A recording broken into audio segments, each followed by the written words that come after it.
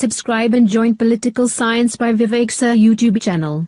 Like my videos and share on WhatsApp status friends and groups. नमस्कार सभी को, स्वागत है आप सभी का हमारे YouTube चैनल पे। आज हम लोग बेटा करने वाले हैं part number 2 11th political science chapter number 1 constitution why and how का।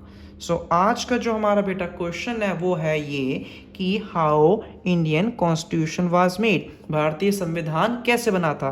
बेटा आप सभी ध्यान रखना, ये चैप्टर जो है पहला, इसको मैं छोटे छोटे पार्ट्स में करवाऊंगा आपको ताकि आपको समझ में आए, आप बड़ी वीडियो देख के घबराए ना, और आई होप कि आपको ये वीडियो काफ़ी अच्छी लगे। तो सवाल है हमारा, भारतीय संविधान कैसे बना। इसको समझने के लिए पूरा एक फ्लो चार्ट है, इसको आप शायद समझ ना पाओ बट मैं आपको समझाऊंगा अपने तरीके से। करते हैं हम लोग।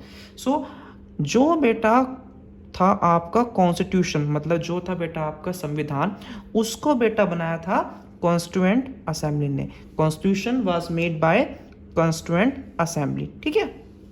अब इस असेंबली की पहली मीटिंग कब हुई थी? 9 दिसंबर 1946 को। ध्यान रहे आप सबको, एक एक वर्ड मेरे एक सेंटेंस में ध्यान रखना बेटा आप लोग कि इसकी फर्स्ट मीटिंग कब हुई थी? दिसंबर 9 1946 में, और इसकी लास्ट मीटिंग कब हुई थी? 24 जनवरी 1950 में, ठीक है। फर्स्ट मीटिंग पढ़ ली, लास्ट मीटिंग पढ़ ली। इसकी सेकंड मीटिंग की बात करें तो सेकंड मीटिंग बेटा इसकी हुई थी 11 दिसंबर 1946 को, इसकी बेटा आपकी सेकंड मीटिंग हुई थी, ठीक है बेटा।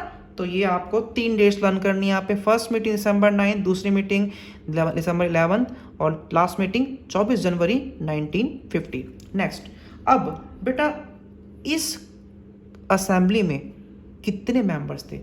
इस असेंबली में जो मेंबर्स थे उनमें वो बेटा 389 थे, मतलब कॉन्स्टिट्यूएंट असेंबली में 389 मेंबर्स थे, और इन मेंबर्स को इनडायरेक्टली इलेक्ट किया गया था। इनको इलेक्ट किसने किया था बेटा? इनको बेटा प्रोविंशियल असेंबलीज ने इलेक्ट किया था। कैसे इलेक्ट किया था? इन असेंबलीज ने बेटा single transferable system of vote, यानी कि प्रोपोर्शनल रिप्रेजेंटेशन सिस्टम के उन्होंने इनको इलेक्ट किया था, ठीक है। अब ये जो मेंबर्स थे, ये मेंबर कहाँ से आए थे? तो इन मेंबर्स को बेटा 292 मेंबर्स ब्रिटिश प्रोविंसेस से हैं, 93 मेंबर्स प्रिंसली स्टेट्स को इलेक्ट करने थे, और 4 ये जो थे ये चीफ कमिश्नर्स थे, कहाँ के? दिल्ली, अजमेर, कुर्ग और ये जो था आपका बलूचिस्तान, ठीक है बेटा। तो ये 4 आपके यहाँ पे आ चुके हैं। अब सवाल ये है, दोबारा बेटा एक बार सुन लो, अगर आपको समझ में ना तो बेटा मैं आप सबके लिए दोबारा रिपीट कर रहा हूँ। इट्स वेरी वेरी सिंपल कि कॉन्स्टिट्यूएंट असेंबली के अंदर 389 मेंबर्स थे, 389 मेंबर्स थे। इन मेंबर्स को प्रोविंशियल असेंबलीज ने चुना था, मतलब ये एक इलेक्शन था आपका, ना कि आपका ये इलेक्शन था डायरेक्ट आपका। इन असेंबली ने इनको सिंगल ट्रांसफरेबल वोट सिस्टम से इन्होंने इलेक्ट किया था।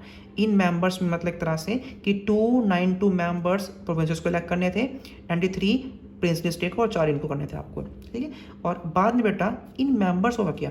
इन मेंबर्स को ये जो पूरा सिस्टम चल रहा था, जिनका जो इलेक्शन हुआ इसका, ये सिस्टम सब कुछ कैबिनेट मिशन प्लान के अकॉर्डिंग हुआ था।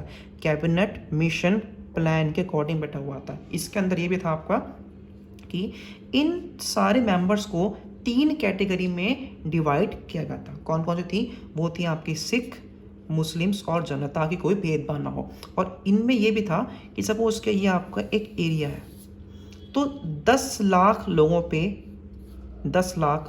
पे एक बंदे को इलेक्ट करना था। यानी कि अगर किसी एरिया में 50 लाख लोग हैं तो मतलब उस एरिया को 5 सीटें अलॉट की गई थी। जैसे दिख रहा है आपको, ये 292 ब्रिटिश प्रोविंस को दी गई हैं, 93 आपकी प्रिंसली स्टेट्स को आपको जो है वो आपकी दी गई हैं, ठीक है। आई होप बेटा आपको इतना समझ में आ गया हो। इसके बाद में इस पूरी असेंबली के बेटा टेम्परेरी प्रेसिडेंट कौन थे? टेम्परेरी प्रेसिडेंट थे बेटा आपके डॉक्टर सचिदानंद सिन्हा, ये आपके टेम्परेरी प्रेसिडेंट थे, ठीक है। इस बेटा पूरे कॉन्स्टिट्यूशन को बनने में 2 साल 11 महीने और 18 दिन लगे थे।